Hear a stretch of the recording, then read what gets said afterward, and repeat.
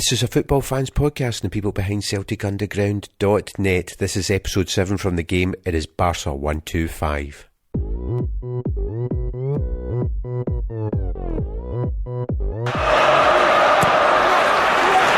through to whip it in, and Victor Wanyama has scored. That moment when a dream becomes reality. Celtic have only gone and taken the lead against Barcelona again. Here comes Tony Wood. What a moment for Wood! Yes! Tony Wood has surely won this game. Tony Wood drills the ball past Victor Valdez.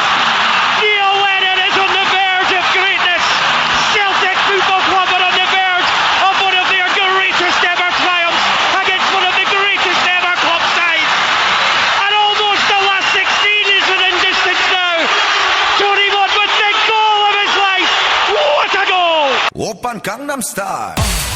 On this week's episode, Antony Murray and I are joined by Ewan McLean, @_ Ewan McLean, if you want to follow him on Twitter.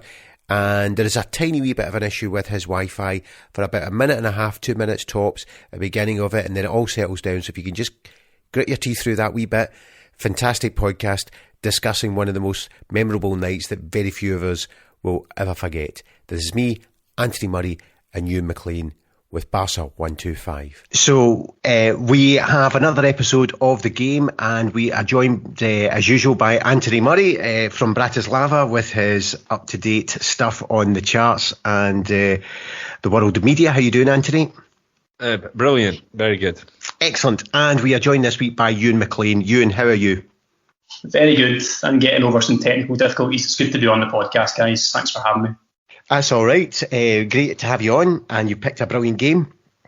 But before we do that, did you just want to introduce yourself, give a bit of history about who you are as a Celtic fan, and then we can start asking about this particular game and what you were doing?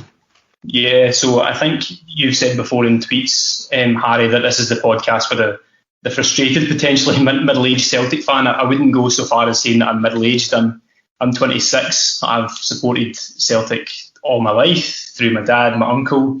Before this game, I would have had a season ticket and gone all the time with the family.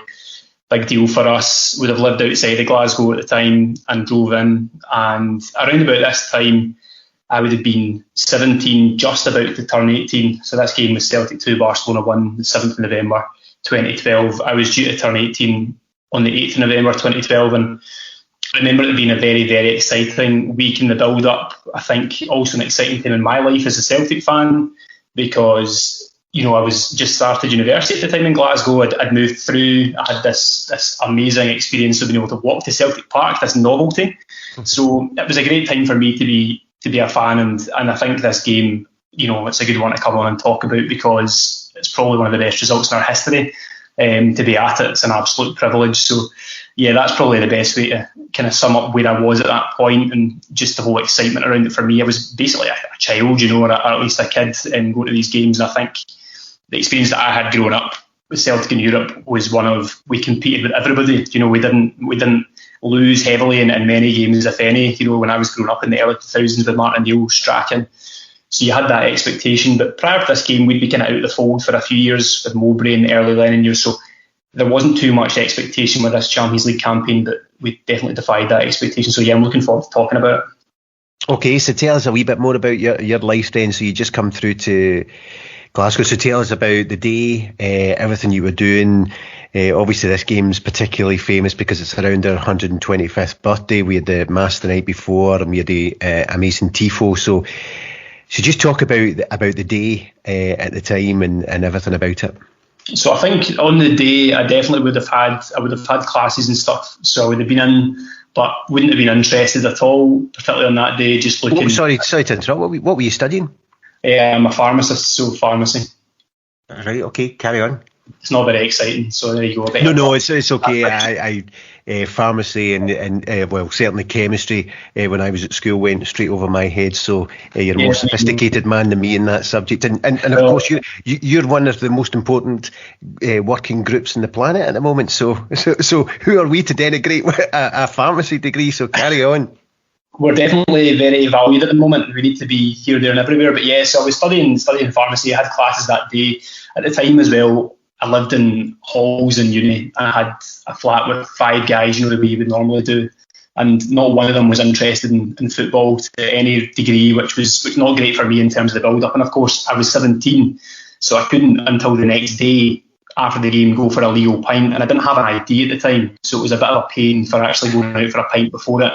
And I used to go to the games with my uncle, and he would drive in and meet him, so there was no chance of going for a pint with him. So kind of on that day, I remember sitting in the flat, and I managed to convince one of the boys to have a few beers with me, and kind of essentially the most of the atmosphere that I got and the build-up that I got for the game was on the walk up to Parkhead, and that was still pretty new to me because we've been driving in, and we'll talk about the game itself and the atmosphere, but the actual walk up, I don't know if you guys, you will have obviously experienced this, but the walk up for me, I used to walk up from, the kind of Calton end of the town up towards Parkhead, and the numbers, the bigger the numbers got, the bigger the game on that walk, obviously, and with 60,000 in the stadium, you kind of got that sense of the atmosphere, so that was great, but there was no pre-match pinting or anything like that, at least not for the next couple of weeks, but yeah, that was kind of the sense of the atmosphere that I got then.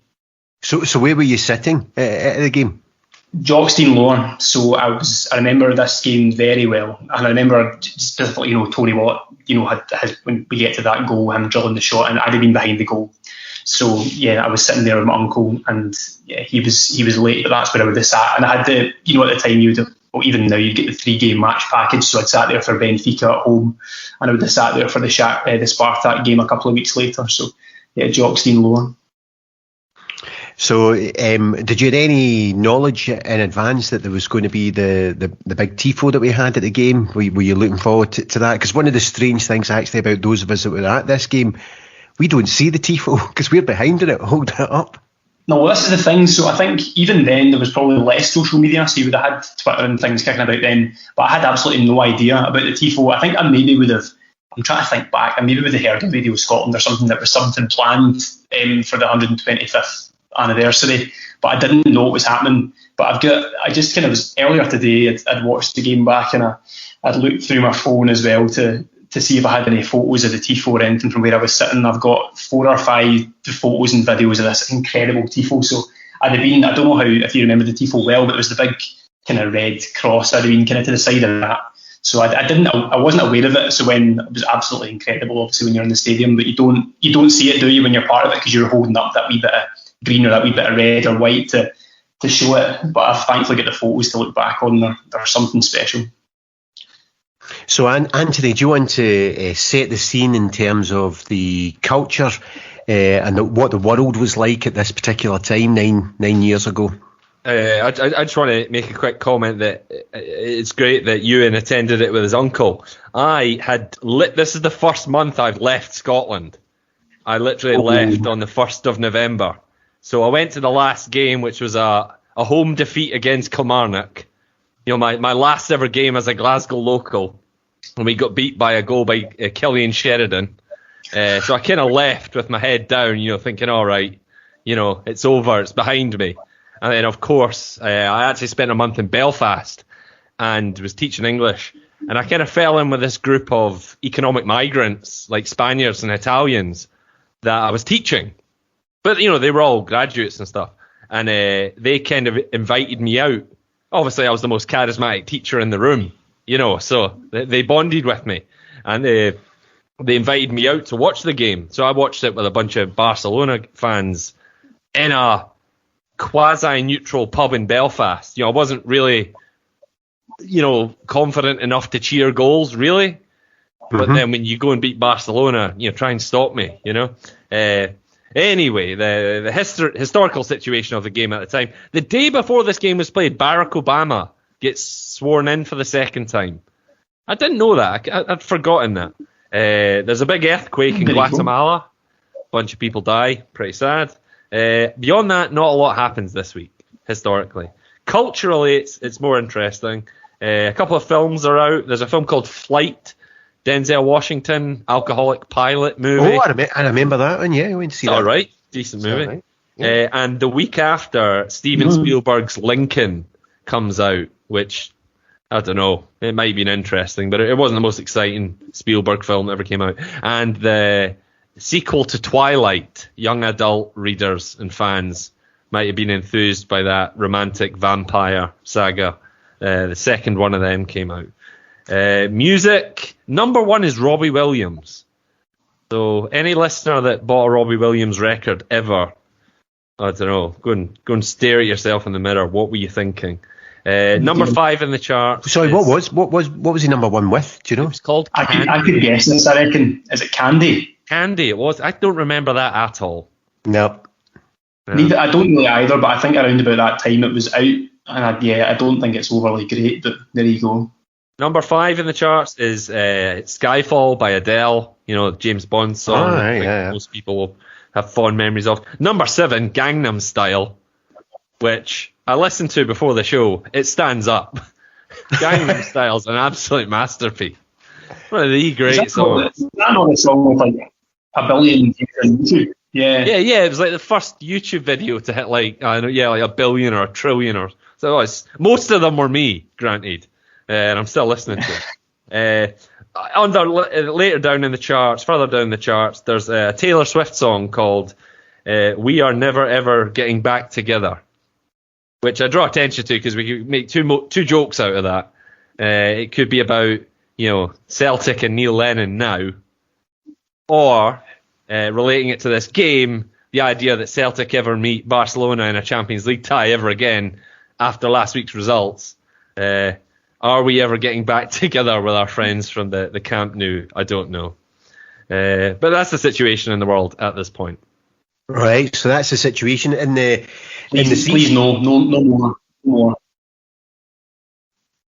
In the season, we beaten Helsinki home and away in the Champions League qualifiers, and we beat Helsingborg home and away in the Champions League qualifiers. So, not a bad start to European campaign, but we have an incredibly tough group to get into the Champions League that we get in the Champions League with Spartak Moscow, Benfica, obviously Barcelona because that's this game, and ourselves. So pretty tough group that, spoiler alert, we actually get out of the group. It's amazing.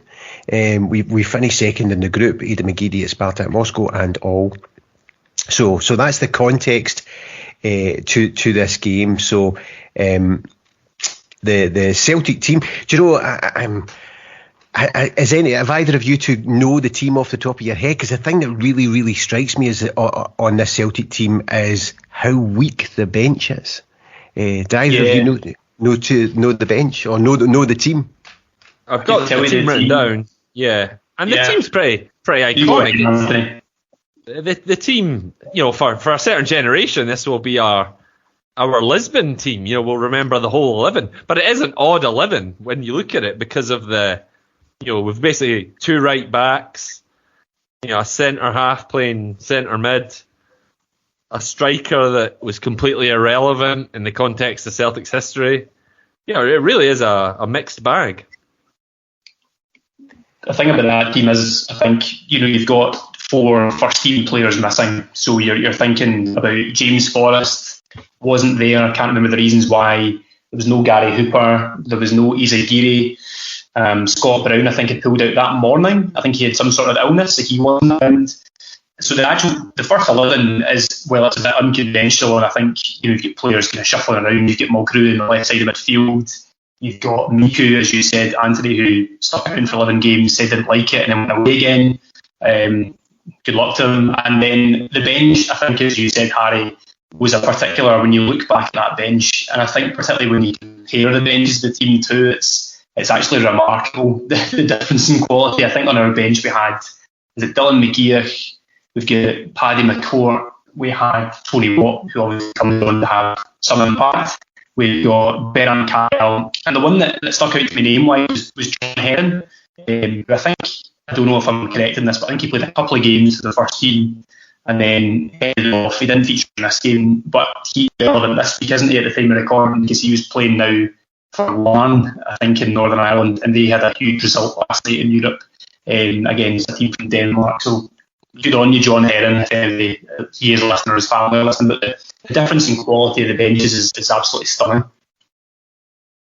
It is. I mean, that was the thing that really struck me when I looked into this was just our bench. I mean, we know that Tony Watt came off the bench, but that's it. I mean, that's pretty much our bench is Tony Watt, perhaps Kyle, but McGeer, Heron, McCourt, Ryan Fraser, and Lucas Zaluska as the goalkeeper. It was a nothing bench that we had, as you say, Ewan. That part of the reason being we had so many players not available, first team players. Although it was only 4, but you put those 4 into the first team, and suddenly 4 players out of the first team go into that bench, and it's a very different bench.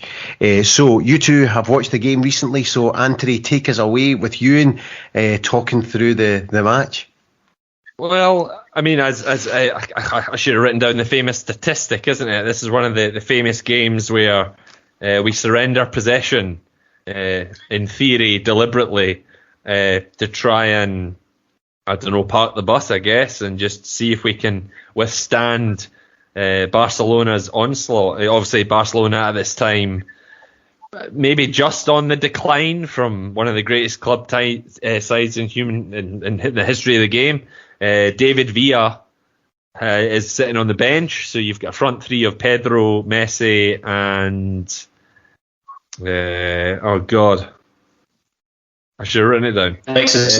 Alexis Sanchez, like what a player. He would go on to be at Arsenal and at Udinese prior. So you've got 3 absolute superstars up front. Xavi's still starting, Iniesta. The interesting one's Alex Song. They've just signed Alex Song from Arsenal, who would, have a really disappointing Arsenal career, Barcelona career, having moved there. So I guess if you were trying to single out where did this decline start, maybe it was that signing, and maybe it was this game where we managed to bloody their nose. But right from the start, in the 7th minute, Messi skies one over, and even before that, Foster had made a save. Alex Song gets a yellow card in the 12th minute, which maybe allows our midfielders a little bit more freedom in the centre of the park, where we have Wanyama and Mulgrew and Ledley really putting in a shift. This whole result relies on guys just busting their ass. It's not a game where Celtic play brilliant football in any stretch of the imagination. It's a game where 11 guys work their asses off, try and cover up as many corners as they can and make as many blocks as they can, and allow for Foster repeatedly making saves. But yeah, the notes on the match from a Celtic point of view are just, Mulgrew makes a block, Matthews makes a block, Foster makes a save, and then we get lucky when Xavi and Messi smash shots over the bar, and then we manage to get to the 21st minute, and then Mulgrew takes a corner on the right. I'll let Ewan take over from there. Yeah, it was good we've got the 21st minute, and I think that's really, I think when you watch these games back from years back, you wonder if your powers of recollection are actually that good. Watching it back, it's quite interesting to see if what you thought happened is what actually happened. I think one thing I've forgotten about the goal, prior to getting the corner, I think Ambrose knocks off somebody, goes out for a corner, but Victor Wanyama bursts through the middle of the pitch and kind of works it wide and ends up winning a throw off Jordi Alba. And I just want to say that watching this game back, Wanyama was the best player in the park that night. He was absolutely phenomenal, not just physically, but in possession. He was controlled, he kept the ball when he had to, he was extremely calm, and just absolutely bruised their midfield, which was insanely talented. So anyway, the goal, Mulgrew is a corner, and you can tell that Celtic have probably worked on this, or at least they know about it, and it's something that you would probably have identified between the two scores and the 2 starting 11s, is that Celtic are a big, physical, imposing team, lots of height all over the pitch at full-back, even in midfield, and Barcelona were very, very small, and their only player of any significant height, Gerard Piqué, was actually on the bench. I think Puyol was injured. So what happens is Mulgrew whips it in with his left. Wanyama starts in the middle of the penalty area, but he peels back round and he pins Jordi Alba at the back post. Barca aren't really marking anybody, and once he's pinned him, it's a goal. It's a very powerful header. just past Victor Valdez, and at that point, obviously delirium, pandemonium in the stands, a bit of disbelief, but also something to hold on to. And I think, scoring that goal at that time, I think gave us real belief, because as Antony said, it was a lot of harrying, it was a lot of riding your luck in terms of the chances they had, the saves that Forster made. But once you get that goal, you've got that belief, haven't you? So it was a well-worked goal. And I think the thing I would say as well, prior to the goal, that we were hanging on a bit, and we did, have to rely on some last-ditch defending and feeling the crosses. But we were a threat. We started with two up top. You had Miku and you had Samaras, running in the channels. Talked about how Song was booked. Song had a horrible game. He should have been sent off. I'm sure we'll talk about that later on. But he was all over the place in that midfield. But Miku composed, Samaras ran the channel. He did carry a threat, and once we got that corner, it was good to get that first goal. How did you react, Antony, in your bar in Belfast? I'm pretty sure I went nuts. But it was almost a shock, because I told the Spanish lads that Wanyama was the guy. Do you know what I mean? Obviously, Wanyama had been in the team for 12 months by this point, and anyone with half a brain could see he was basically the beating heart of the side, and certainly physically our biggest threat. So I told them that we had this guy that, if he plays well, we humbly have a chance. And they all kind of, looked at me when he scored the header. I was like, oh, you were right, But whilst fully, smugly confident that they were going to come back and shellac us in the second half. But there definitely was a few funny looks as I jumped up and down. I think one of the lads might have been a Real Madrid fan, so he was in on it as well. But we certainly made a noise. The thing about it, Ewan, there's an element when we celebrated of disbelief, but at the same time, we had come close in the Nou Camp. It had only been a 2-1 defeat, and we'd taken the lead across there. And the, it can be criticism of Lennon various things in his managerial career, but on this occasion, playing Adam Matthews as left back because Messi plays on the right and cuts inside, and so to have a guy who's comfortable cutting inside seemed to be working, and certainly, as I say, we'd done a creditable performance the game before in the Nou Camp. So were you in complete disbelief, or did you think, oh, maybe, what were you thinking, Ewan? I think disbelief's probably the wrong word, actually, to be fair, because I think you're right. With the game in Barcelona, you had that 2-1 very narrowly beaten, so they had a formula that worked, didn't they, in terms of defending very, very well and breaking and using set pieces. So perhaps not disbelief, but I think still, with that long in the game to go, with it being scored in the 21st minute, we'd been there before and we had lost out narrowly. So I think the thinking was, we have got this goal, there's some belief there, but I think as a fan as well, I think at that point when I was that age, was just excited to have a moment like that in Parkhead where the noise was that level. It was so supercharged. It was just, you get lots of cliched stuff about the atmosphere in Parkhead, and I think it's certainly not what it was those years ago. But just the sheer noise, you're just happy to have that. But yeah, I see you're probably right. Disbelief is probably not totally spot on, and I think there was, after we got that goal, some belief that we could get a result in the game. I think I'd like to throw a special mention to Mulgrew's corner, because it was probably the run of form in the Celtic team where he was at his best. And when you got a corner kick on the right, I remember joking about it at the time. It was like a penalty. Do you know what I mean? You just assumed we were going to get a goal, because Mulgrew had a lovely left foot, and he really could whip them in, with a nice shape. It wasn't. I know this one was kind of dropping in at the back post, but it was always threatening. He really was good at taking those dead balls, and it's not like he was the greatest, on this occasion, midfielder in the world. But it was a day where, he'll have that memory till the end of his days, where the night he went out and busted his ass at Celtic Park against Barcelona and got an assist, and ultimately did everything that you dream of a Celtic fan doing in that situation. So and like I say, over that whole Champions League run, Mulgrew was good. So I think that was really cool that he made the goal on this occasion. And that's something that I know. Someone I know who does stuff with Celtic. That's one of his comments about Mulgrew. The sort of unsung part of Mulgrew was particularly around this time. his point is he was great at closing down space. When we were playing teams that are better than us, when we were playing in this Champions League run, Mulgrew was great at shuttling around and stopping the other team playing just by being in the space. Yeah. I thought he was exceptional that night. I think you could say that about a lot of them, and I think just the kind of shape of the team too. He's a tactically intelligent player, isn't he? I think he's now back at Dundee United, Mulgrew. This season, but so hopefully he does well this season, but not against us. And it was quite clear that the pattern of the game even before the goal was Celtic were happy to concede the flanks and the wide areas, and the theme of the game as it went on, we'll talk about that, is that crosses came in from wide from Alves and Alba, and Celtic kind of sit there in that rigid 4-4-2 and didn't allow for much through the middle. But we'll talk about after the goal between now and half time. But I wanted to make special mention. I think it's around about the half hour mark after we've scored that goal. We're in that position.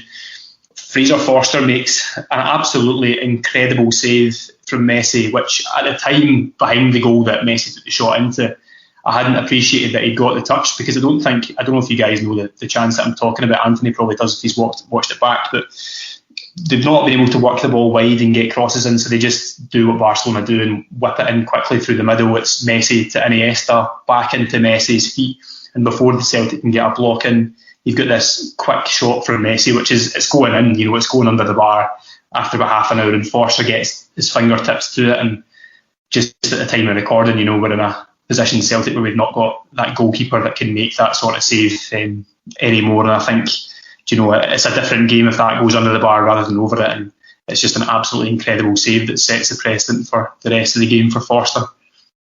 Yeah, I'd agree with that. In that, some of the chances, obviously, when Barcelona make as many chances as they do in this game, not every time does a player, catch a shot flush and force the great save. But that's the first one where it's on target. It's coming off the laces. It's going to burst the net, and Forster really does make the difference. And Forster was such a for me, he's the great Celtic player of my lifetime. A great Celtic goalkeeper of my lifetime. And this was an occasion where he showed the world and he showed Europe how good he was. So we're one goal up. It's 21 minutes into the game. We've done the tifo, we've done the we're the greatest fans in the world bit, we've done the isn't our atmosphere amazing? The tick list of incredible Celtic European nights. So Anthony, take us through on this tick list of what a fantastic night. There's a history about this club, we the Cavaliers, etc. There's obviously our history is an attacking club, so we need to try and lean into it where we can. It's not, it's slim pickings. Matthews has a decent break up the left, but in true, right footer playing down the left style, he tries to cross it with the outside of his right boot, and not in the expert way of Lubomir Moravcik, more in a what else can I do here kind of way, and Samaras doesn't get to it. But beyond that, there's not a lot happening. It's shots in on Forster. It's Xavi smashing one over the bar. A good Sanchez header. Sanchez has a great header that misses just. But we're working hard. But the great thing is getting to half time and allowing ourselves a sort of mini respite and 15-minute celebration of the result at that point. Which must have been brilliant for everyone that was there. Yeah, Ewan, what were you thinking at half time? What were you sitting down in disbelief? Were you high as a kite? Where were you in this one? Yeah, I think you're high as a kite. I think it's a huge thing to get in at half time with a lead, isn't it? Because I think talking about the game 2 weeks previously in Barcelona, that was what we failed to do. We had that lead over there, and then they score an absolutely fantastic goal by Iniesta right in the stroke of half time. You go in at 1-1, and then it's a real uphill battle to stay in it for the rest of the second half. But no, I think thinking back to it, I think not that we looked comfortable because we were conceding a lot of chances, but there looked like there was a lot of belief within the team that they were doing the right things, forcing the ball wide, trying to be direct when we had the ball. So when it got to half time, I remember speaking to my uncle and saying that we'd get half a chance here, but I think he was of an opposite opinion and thought we probably would eventually concede. And we'd actually spoken about the bench at half time too, the fact that they had so many ways that they could change things to make it even more difficult for us. But I think there was a real positive attitude at half time, and the atmosphere was absolutely remarkable.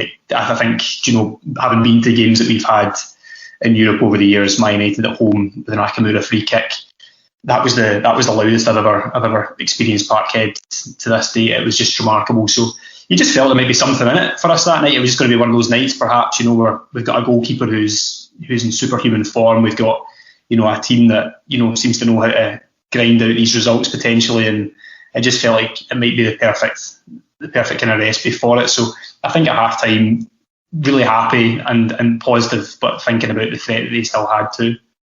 We need to give your uncle a name check. You can't just call him uncle all the time. I told him I was doing this today, Harry, and he said don't, so I have to call him uncle. He said he doesn't want to be named. He's very shy. I'll just say he's called Brian. There we go. Right, okay. I should mention that I meant to mention earlier when I was saying that I'd left the country. My nephew was at this game, aged like 7 or 8. So I leave the country having never witnessed such a brilliant result, and my cousin or nephew walks into the stadium and gets to say for the rest of his life, I was there the night Celtic beat Barcelona. His name's Isaac. Isaac's a lucky boy. Yes, very. I think the thing about that too is that once you're actually in the lead, you feel, sometimes you feel like, you can relax and enjoy it because we've not been embarrassed. We're not 2 or 3 down at half time to this, remarkable football team. But really what happens is the opposite effect occurs, and you just become sick with nerves and think, oh my God, we might actually do this. We might win this game, and, we might hold on to this, and it just becomes even more heightened in terms of the anxiety around it. So I think that was probably the feeling that I had too. I thought we might actually win this. This could be utterly historic. I really hope we can hang on to it. But yeah, I think, the rest was history, wasn't it? Yeah, and that's what I was going to say, Anthony. You need to talk us through the up to the most one of the most famous goals ever by a young Celtic striker. Increasingly, as this second half is going on, once we get back in, there is that feeling within you of, please don't blow it now. Please allow us at least a draw here, because this is an incredible performance, an incredible result. So talk us through this second half of increasing anxiety, Anthony. Which I watched the game on full about during lockdown. I think BT Sport showed it, and I had sweaty palms even watching the replay when I knew the result. So talk me through it. Ewan made the good point earlier where he discussed how Messi was. You're trying to take on Matthews, and you very quickly see in the second half how they adapt to get, I guess Messi probably falls in one or sneaks in one, and it's all about Alves, overlapping. And the second half highlights are just, it's just all Alves really. And Alves is playing in the Olympics for Brazil right now as an old man. He really was one of the great right backs in football history, and part of that Barcelona team. And so he's just getting space and getting balls in. But, Matthews is making tackles, Forster's making saves, ricochets aplenty. There's one that is really terrifying where in the 55th minute where Messi, gets it on his left foot in what I would call John Collins territory. Other people might have different terminology. But it's one of those ones where he curls it and he just doesn't get enough on it, and Forster makes it look really easy.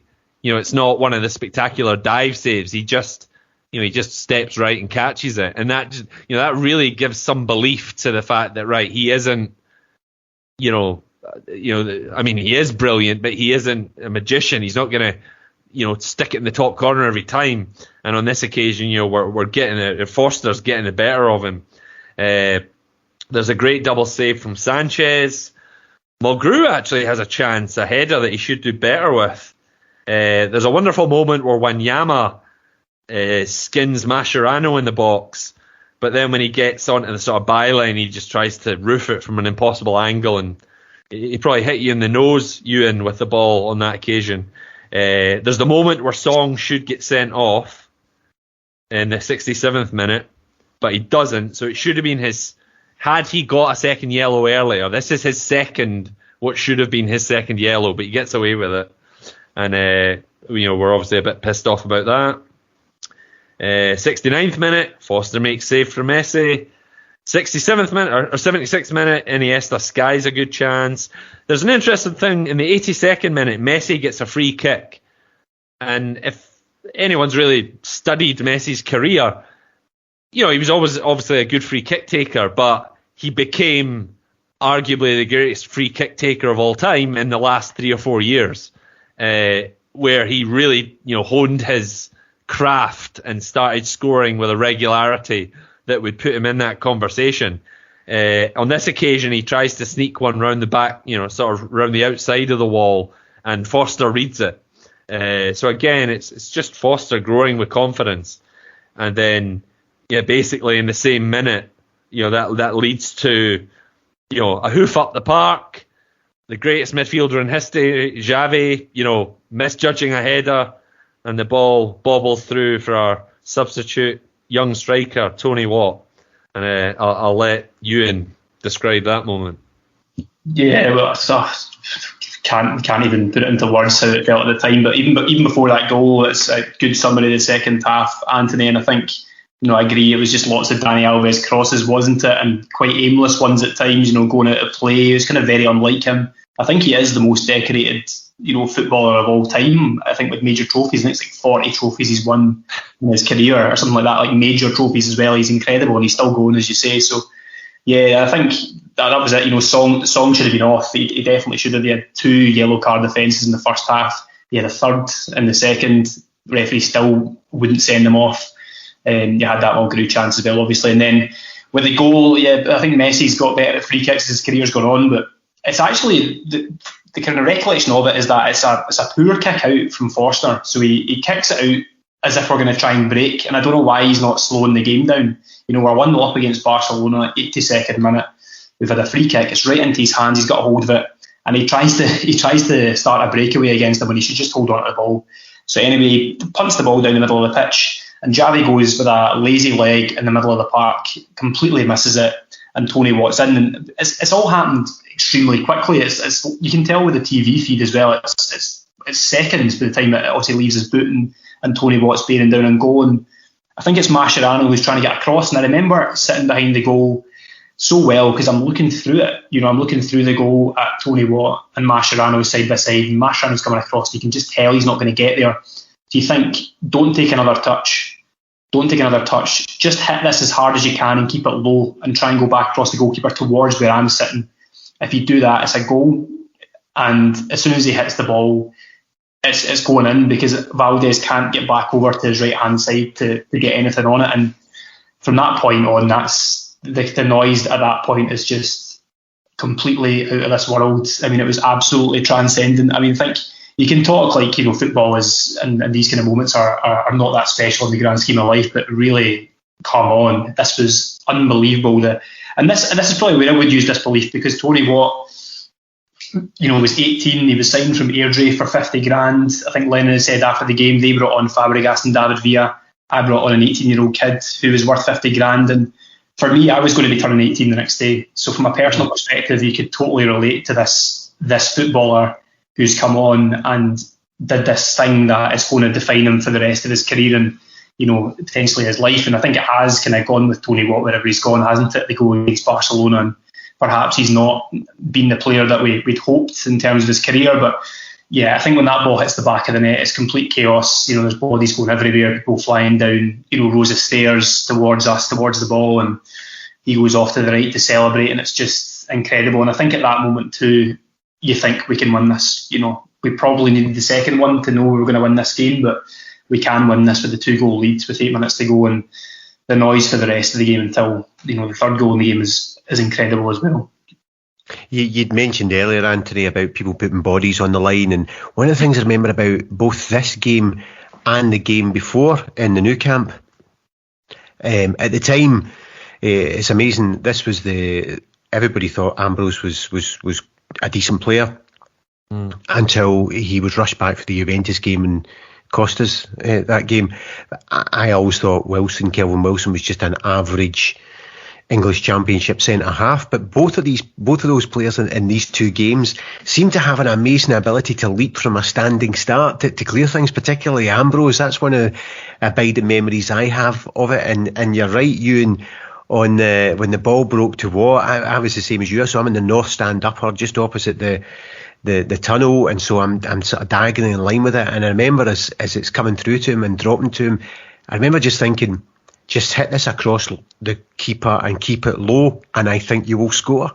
And he did, because the amount of times you've seen strikers, you think, oh no, he didn't do it, he took an extra touch or whatever. He just kept it low, and as you see, the bodies were going everywhere, and it was just one of the most incredible goals to celebrate I've ever celebrated inside Celtic Park. How was the bar in Belfast, Anthony? I think it was a situation where even probably the most ardent, stabby Hun would have just shrugged and said, all right, let him have his moment, because this is a once-in-a-lifetime event. This is absolutely unbelievable that Celtic have just extended a lead against, the best team on the planet. I'd seen Tony Watt playing for the youth team, and I remember he'd come on his debut and scored a couple of goals, didn't he? Yeah, that's right. So there was that excitement, there was that belief that, all right, this young lad's going to kick on and become a great Celtic striker. So with that momentum, he was full of confidence, and it was so good for him to score such a lovely goal. It was a great finish. He just threw 1-on-1 and buried it, didn't overthink it. Well, you mentioned even the biggest Rangers fan would have been saying, "Oh, let him have his moment." I mean, one of the things I remember about this in the aftermath of it was this game had been 5 Live's chosen live commentary. Celtic Barcelona, Celtic's 125th birthday. Even Alan Green, England supporting Northern Irishman Alan Green. Even Alan Green, when you listen to the commentary back, he patently is sounding overjoyed at this goal and caught up in the emotion of the moment. So yes, I think you're right, Anthony. Even the biggest Rangers fans would have allowed us a moment of celebration at this point. So, how are you and your uncle doing, Ewan?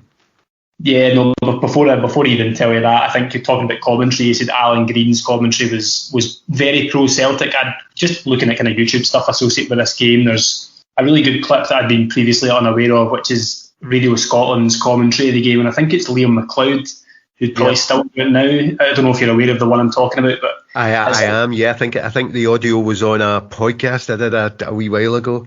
Is that right? I mean, that is absolutely phenomenal commentary. Like just all of it. I think it's about a 20-second clip or something, but it totally encapsulates the atmosphere. Like the gasp as the ball goes through to Watt and people realise he's in. He's in. He can score here.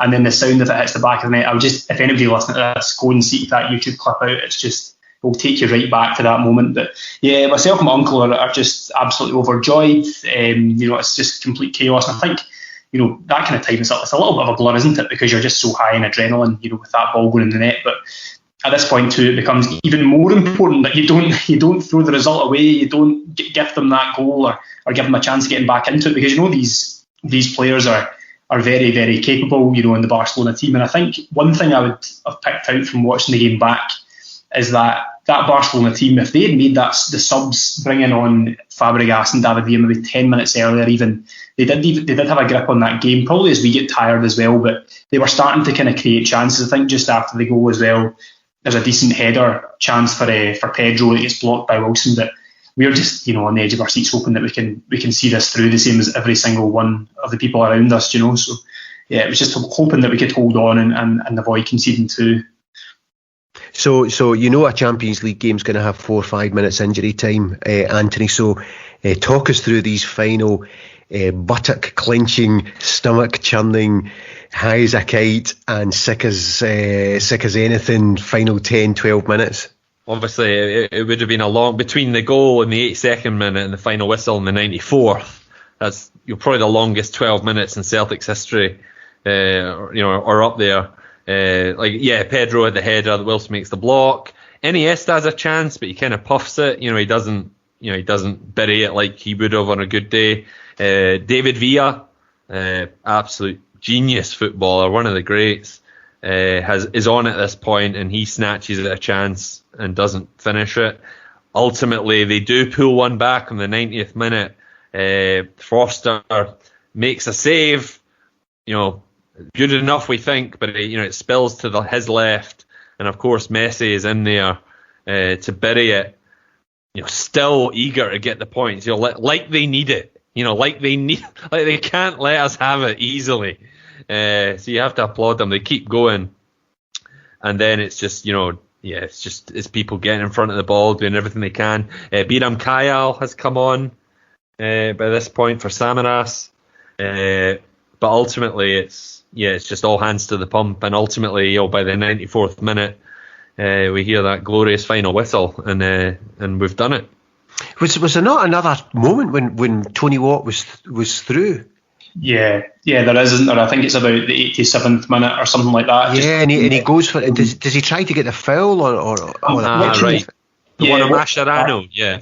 Yeah, so like Chris Commons, who I don't know, God love him, how he lasted that 90 minutes, because after about 17 minutes he was absolutely blown out his backside. He was knackered, and he was actually caught out a few times in the right side of midfield with Alba going in behind him, but he had a much better second half, and he did last the 90 minutes, unlike our fragile Swedish right back Lustig, who went off for Tony Watt. But yeah, so we had Commons on, and he absolutely lamps the ball up the pitch, and Mascherano's in trouble again, and he can't live with Tony Watt's pace. And that's something that was always confused me about Tony Watt, about how he didn't hold on to that sheer pace, because he totally ran the legs off Mascherano, who wasn't done by that point. And he's in behind, and I'm still not sure whether this is a foul. I thought at the time it was a foul, and if it's a foul, it's a red card. But watching it back, it looks like Watt has his hand on Mascherano. Mascherano has his hand on Watt. Tony Watt goes down. Neil Lennon can't believe we've not been given the free kick, and Mascherano's been sent off. But it just looked like they were really spooked then. They were rattled, and I think any balls in behind Tony Watt was convinced he was going to get in there. But yeah, he could potentially have stayed in his feet and that would have been 3-0, but I think it was somewhere between a foul and not. So when the Barcelona goal goes in, I remember the thought process, because I looked at my watch, I remember the thought process going through my mind of, well, at least we got a draw playing Barcelona. Because I just thought our players had done so much and had been so done in, and that goal came just because obviously the mental tiredness as well as the physical tiredness, and we just switched off for half a second to allow Messi to get in front of our defenders. Were you thinking similar, Ewan, or did you think we could still hold on and win the game? No, I felt physically sick, Harry. I think as soon as that ball hits the net, the illusion's broken, isn't it? That we can't be scored against in this game, and Forster, just the size of him as well, you think he's just not going to be beaten. And then they've worked, it's a fantastic goal, by the way, that they scored. They've worked the ball in the box with this one-touch passing. It's quite similar to the Iniesta goal at the Nou Camp, and it's Fabregas to Iniesta to Fabregas, shoots Messi, and then he gets the rebound, and it's actually clever because he lifts it over Forster too. Forster goes down low to try and block it. Messi just lifts it over him. So no, I didn't feel confident at all. I thought we'd be psychologically shot at that point too, and because it's 90 minutes on the clock, as you say, that you're going to get added time, you're going to get additional time with at least 3 or 4 minutes. And yeah, I did feel, can we please just hold on, let's just get the ball out of play, go long, whatever we can do. But I know we'll go to Antony probably towards the final whistle, but something that I'd forgotten about the game was that straight after Messi scores, the ball goes back to Wanyama from kickoff, and he hammers the ball down the pitch. And who's after it? Tony Watt again, and he gets a foul off Mascherano, and the whole place just relaxes a bit. The ball is out, of our half. We've got a free kick high up the pitch. We can try and take the ball in the corner. So I think, you forget that Tony Watt's contribution in that game, obviously the main one is that, historic goal that he scored that's the best in his career. But he also contributed in other ways. He really did run them ragged, and they had Mascherano on toast really for that period he was on the pitch. So the last couple of moments, Antony, through to the final whistle. Was anything of note happen once it's 2-1? That's one of the great things about the top teams. If they lost a goal at 2-1 with 90 minutes on the clock, nothing would have happened for the last 4 minutes. You see that regularly. Anything of note happen in the final? Not really. I think we do quite well to sort of close it out. There's some other games where those 4 minutes seem to last a lot longer. But this one isn't really the case. It's just everyone doing a shift. I think what's interesting is just looking at the 11. I mean, you couldn't say. I mean, I don't think we've mentioned Joe Ledley in this whole thing. But on reality, if you had a GPS on him that night, he probably ran 20 miles. And the same with Samaras, and even Commons. It was a night about guys doing their jobs. I mean, Miku played 90 minutes. That's insane. You know, who remembers that? I just assumed he was hooked. But no, they all just run their guts out, and you know that's what they needed to do. So we do manage to reach the final whistle, but it's more sweat than ability on this occasion. It was pretty frantic though, wasn't it? You know, even watching the last few minutes back in the game, you know, the crowd whistling, and you know, you can sense it, and I remember sensing in the stands too that the ball spent a lot of time around about our penalty area for those last few minutes. So I was never convinced until the whistle went, to be honest. So how were you and your uncle at that final whistle? Gosh, I was thinking. I remember thinking at the time, I was like, "This is the best week of my life." I was like, "This is how am I ever going to top this? Like, this is the thing." And you know, the final whistle, you're just thinking so many things. I'm thinking, "Oh, I'm going to be my 18th tomorrow. I'm going to go out with my pals all weekend. You know, I'm going to get up all the Rangers fans in my classes. You know, it's just everything is perfect at this point. You know, and just it's a really special moment to be able to share with any family member. Like loads of people remember this, listening. You know, going to this sort of game, you're never going to forget it. There was something kind of in the game that I'd watched back, like Gary Neville, I think, was doing the Sky studio coverage, and he was like, "Oh, people will remember this for 20, 30, 40, 50 years. You know, you'll remember that forever." It's just remarkable, and the noise and the celebration and whatever else, it was just incredible. And just again, a few wee things that you pick up when you watch it back is, you know, the final whistle goes, and it goes, well, just before it goes, it ends with Victor Wanyama blootering the ball out of play after getting it off Iniesta, and you know, it's totally fitting for the game itself. You know, it's remarkable because he was so exceptional all the way through. It ended with him knocking the ball out of play, but then the final whistle goes and Neil Lennon's like on his knees with his hands in his head, and Victor Wanyama's strolling about looking. He looks completely unfazed. Doesn't seem to realise the magnitude of what he and the team have achieved, but. Yeah, it wasn't lost on us. We were absolutely delighted, and yeah, nobody wanted to go home that night. So, what did you do on the way home? What did you do? Did you just eventually get yourself home? One of the things I remember after that was I think I could have stayed. I don't know if I did, but I could. I mean, I don't drink. I could have stayed up till 2-3 in the morning. I was just so wide awake. I also remember thinking, see if we don't win at the weekend, I don't care, because if my adrenaline's like this. And I'm just watching it. What's the adrenaline of those players like? So what were you up to?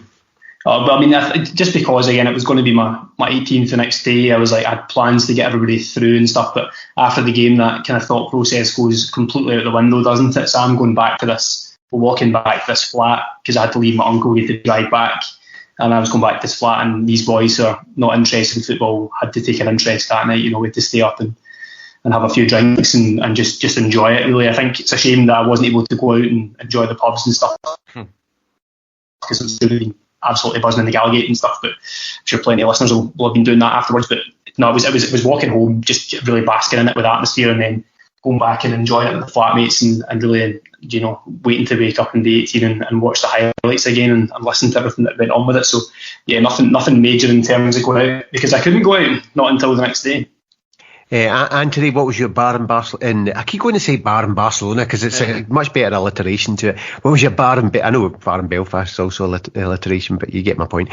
What was the bar in Belfast like? It was superb. You know, my Catalan friends were all very magnanimous. I tried to be humble in victory.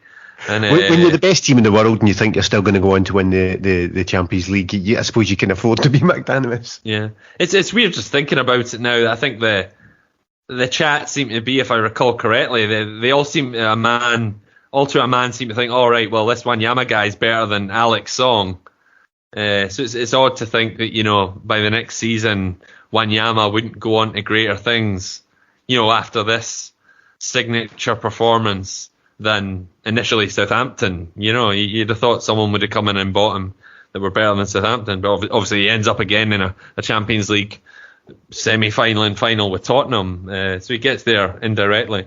But yeah, like you say, it was one of those nights you can barely sleep. You know, you're just, you know, it's just messages to, you know, friends and loved ones, cousins, uncles, whatever, aunts, and just basking in it.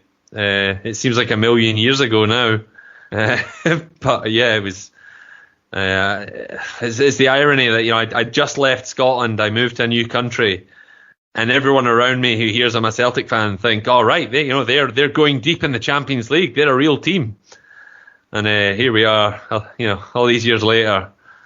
it's the only way, We've obviously had our moments, but certainly at this level, this seems like a different universe. It's very odd. That's the thing, too, isn't it? Sorry, Harry. I was, the thing in that period of time, 2012. You should never match, Celtic up with them. I know we're always in comparison with them, but at that point, they were playing Brecon at Glebe Park in Forfar, and we were beating Barcelona 2-1 and looking like we were going to go far in the Champions League. And you just think about where things are now. But never mind, that's not what we're here to talk about. And I think, there was just a real romance about that result, wasn't there? Barcelona. Some Celtic fans don't feel this affinity with Barcelona, but I always did, and I think just because the Henrik Larsson connection, a hero of mine, and everybody else growing up, he went to play there after us. So he kind of always looked out for the results, and they played football in a certain way. And you were talking, Anthony, they probably were at the start of their decline. It was after Pep Guardiola, they had Tito Villanova in charge. I think later that season they were absolutely hammered by Bayern in the Champions League quarter-finals. But at the time, even coming into that game, they'd won, they hadn't been beaten in 3 years away in the Champions League before that match. 3 years in the Champions League, no defeats until that game. Before they played us, they'd only dropped 2 points in the league, and they'd only been beaten by Real Madrid in the Super Cup. This was an absolutely phenomenal team, and I would persist they're close to one of the best teams of all time. So to beat them, when you reflect on it later that night, it's just, you think it can't ever be topped. And I just wonder, hopefully it will be in our lifetimes, it will be topped, but it's just an absolutely remarkable result. It will be topped in our lifetimes. I have confidence of that. But, we were in the middle of a really strange run in the league at that point. We won 1 out of 5 games through October, end of October, and into through November. In this period, we as you mentioned, Anthony, we'd lost 2-0 to Kilmarnock. We drew 2 each at Dundee United. Straight after this game, we were at home to St Johnstone and drew 1 each. We beat Aberdeen away 2-0, and then lose at home to Inverness Cally Thistle in the league. It was a really odd season. And obviously we it was a tight Champions League group as well. We drew at home to Benfica. We beat Spartak Moscow away 3-2. Only lost 2-1 at Barcelona at home. We beat away rather. We beat Barcelona at home 2-1. We only lose 2-1 at Benfica away. And then we sneak past Spartak Moscow to get through the group stages of the Champions League, and then lose 3-0 at home and 2-0 away at Juventus, so it's all over in the next round. But it's a really odd season, that one, with this game right in the middle of it, and quite an incredible game, an incredible performance, and really setting you up for your 18th birthday, Ewan. Not many people can celebrate their 18th birthday with such an incredible Celtic game just immediately before it. No, you're right enough. I mean, I just, as I said, I couldn't believe, the week that it had landed on, I was like, this game's landed on the day before my birthday. I'm going to be set up for a good one regardless, getting to it, and then to win it, against, the predictions and the odds was just remarkable, and it set me up for a great weekend. You had not long started uni, you get your pals through for the weekend, you get to go out and stuff and not worry about, ID and things like that and be turned away. So it was absolutely amazing. You mentioned Tannadice there, though. I was actually at Tannadice on the Sunday beforehand, and you didn't have any kind of inkling that we were going to produce that kind of performance, particularly with the players we had missing after the result at Tannadice, where I think it was Effie Ambrose that headed the ball in the back of his net with about a minute to go to make us draw 2-2. But yeah, it's a great time to be 18 and just be turned 18, and I think it was a peculiar season. I think on the Sunday we drew 1 each with St Johnstone, didn't we, and Tony Watt scored. And I think the thing to say is that it was quite a quick disappearance with Tony Watt after scoring that goal. He had a few more appearances in the league, and then very quickly he wasn't fancied again. But to answer your question, it was just an absolutely phenomenal week for me personally. We don't want to share that with family too and friends over the weekend. You just, as you said, Anthony, as well, you just basked in it the whole time, and it's just one of these results. It feels kind of generational, and hopefully Harry, it won't be too much longer before we can top it, as you say. And this was one of these nights that the tributes to the team, the tributes to the club, and the tributes to the fans just kept flying through. Marca.com, there is perhaps no greater home pitch advantage in all of football than a Celtic home match at Celtic Park, as Barcelona learned the hard way in their Wednesday night Champions League defeat. Villanova, I don't like to lose, but if we have to lose, let it be this way. I have been lucky in my career to have been in many grounds, but I have never seen anything like it. And it was just an incredible performance, and again, Paul Hayward in the Daily Telegraph, I think sums up what many football fans dislike about the money focused element of the Champions League, because these teams want Celtic in it. They want what we produce. When he says somewhere between madness and love, this fanaticism did for Barcelona on a night when the Celtic team and their disciples were indivisible. Money can't buy you that. So, Antony, you missed it. You missed it, but you enjoyed it in a bar in Belfast. So if you get with Barcelona fans around you, so I suppose if you're going to miss it, you had a fantastic coming of age at 18. It was an incredible night. Anything anyone else wants to say before I draw this episode of the game to the close? Just daft observations always. I think it was one of the great Celtic kits. I really liked this kit. It was Lisbon-esque, but with slightly thinner hoops, which I've mentioned it before. Domestically they wore it with black socks, and after Christmas they binned the black socks. But in Europe they never wore the black socks. I'm not sure what the decision for that was. So all the great pictures of Tony Watt and Wanyama on this night. It just looks like a perfect Celtic kit. And Dani Alves rocking the snood, which would become banned by FIFA soon afterwards because of the potential dangers of wearing a snood while doing sport, I guess. Ewan, you get any final abiding memory of the game?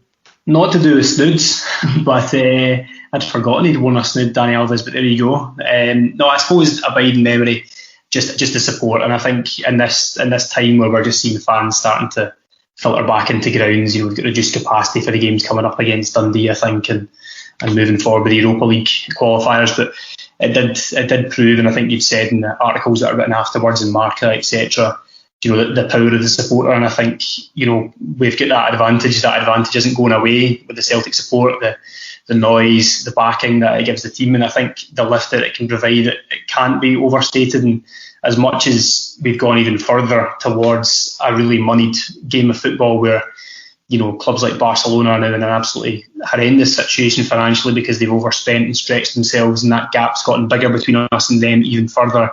Having that support is not something that's going to go away anytime soon. And once we get all of us back in the ground, we'll have more nights like this. And it was just, I think, finally just an absolute pleasure to be able to go to a game like that. 60,000 tickets.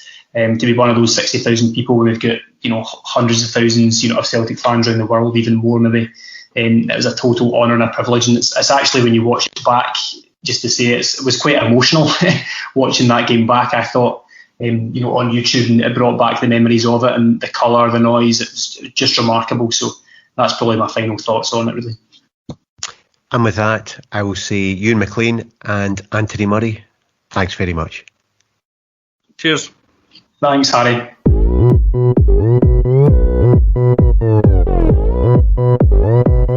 Open Gangnam Style. That was Ewan McLean joining Antony and myself to reminisce about the 125 game. Next time, we will have Thomas Hanlon discussing this man's last match. I can't even speak. It's been fantastic years, and it's been tremendous for me all the years here. And it's just great to be part of something special like this. And I started swinging at everything at one stage here today, but fortunately I got the first one, great ball from Tomo. The second one, great ball from Agat, and once you made the first one, you don't miss the second one.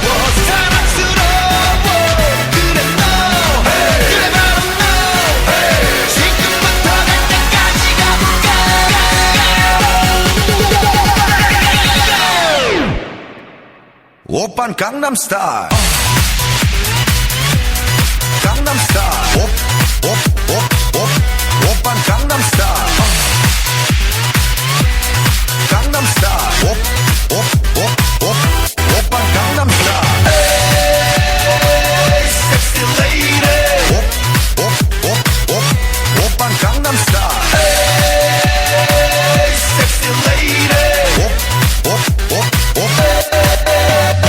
정숙해 보이지만 놀 땐 노는 여자 이때다 싶으면 묶었던 머리 푸는 여자 가렸지만 웬만한 노출보다 야한 여자 그런 감각적인 여자 나는 선어해 점잖아 보이지만 놀 땐 노는 선어해 내가 되면 완전 미쳐버리는 선어해 근육보다 사상이 울퉁불퉁한 선어해 그런 선어해 아름다워 사랑스러워 그래 너 hey. 그래 바로 너 hey. 아름다워 사랑스러워 그래 너 hey. 그래 바로 너 hey. 지금부터 갈 때까지 가볼까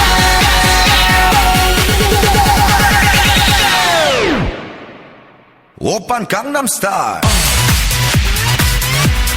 강남스타일 오빤 강남스타일 강남스타일 오빤 강남스타일 에이 섹시 레이디 오빤 강남스타일 에이 섹시 레이디 뛰는 놈 그 위에 나는 놈 베이베 베이베 나는 뭘 좀 아는 놈 뛰는 놈 그 위에 나는 놈 베이베 베이베 나는 뭘 좀 아는 놈 What I'm saying 오빤 강남스타일 섹시 레이디 오빤 강남스타일 섹시 레이디 오빤 강남스타일